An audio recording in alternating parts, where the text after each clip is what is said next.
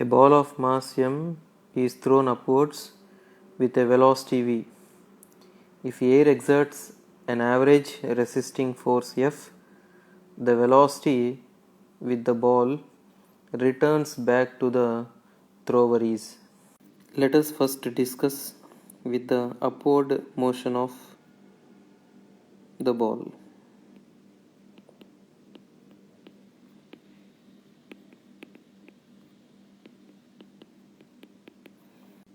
Let us draw a free body diagram on the ball. Its weight mg acts vertically downwards, and as the ball is moving up, air resistive force acts vertically downwards. So the net force acting on the ball is against to its upward motion. So this force produces deceleration in the ball, and the deceleration is given by A equals to negative of mg plus F upon m. Its initial velocity is given as v. At some instant, its final velocity v becomes 0. Then the height attained by the ball is called as h maximum. So to calculate h maximum, let us use the formula v square minus u square is equal to 2as. From this, final velocity is 0, initial velocity is v square, which is equal to 2 times of negative of mg plus f upon small m times of h maximum. Solving this equation, we get h maximum equal to as v square times m upon 2 times of mg plus f.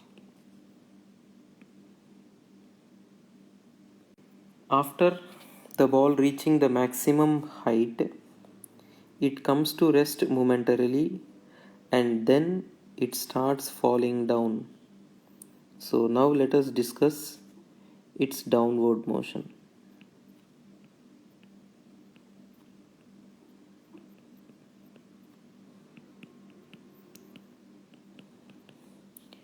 During its downward motion, its initial velocity is 0, and to reach the projection point, the particle has to undergo a displacement of h maximum, which is equal to v square m upon 2 times of mg plus f. And if we suppose that the final velocity on reaching the projection point as v1 and drawing fpd on the ball in its downward motion, we get weight acting on the ball in downward direction. As the ball is moving downwards, resistive force given by air acts vertically upwards.